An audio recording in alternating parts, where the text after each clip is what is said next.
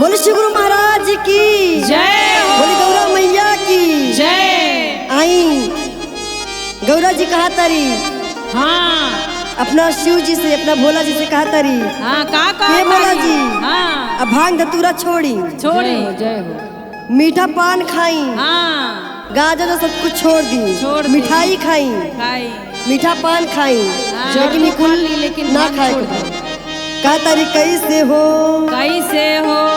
कि छोड़ी भंगिया तमाम छोड़ी भंगिया तमाम जय हो। अरे खाइए शिव गुरु मीठा पान मीठा पान छोड़ी भंगिया तमाम छोड़ी भंगिया तमाम छोड़िए शिव गुरु मीठा पान छोड़ी भंगिया तमाम छोड़ी भंगिया तमाम खाइए गुरु मीठा पान छोड़ी भंगिया तमाम छोड़ी भंगिया तमाम खाइए गुरु मीठा पान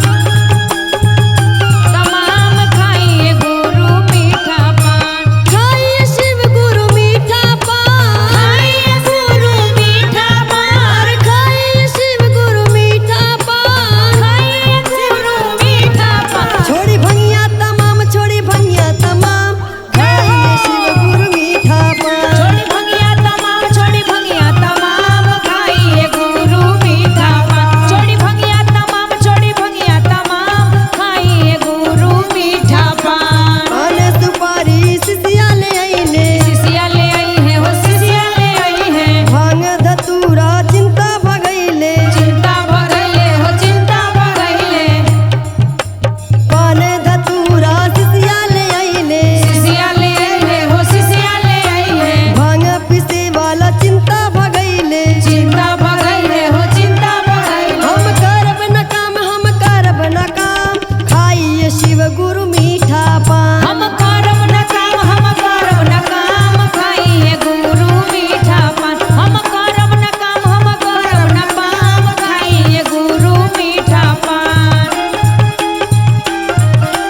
खाइए गुरु मीठा पान जय भैया हो। धतूरा त मिलत नाही मिलत नाही हो मिलत नाही टेंशन बढ़े हमर बढ़े तबाही बढ़े तबाही हो बढ़े तबाही अरे भैया धतूरा त मिलत नाही टेंशन बढ़े हमर टेंशन बढ़ाई और का कहता रे अरे जदि एकरे ही नाम जदि रौरे ही नाम कहता रे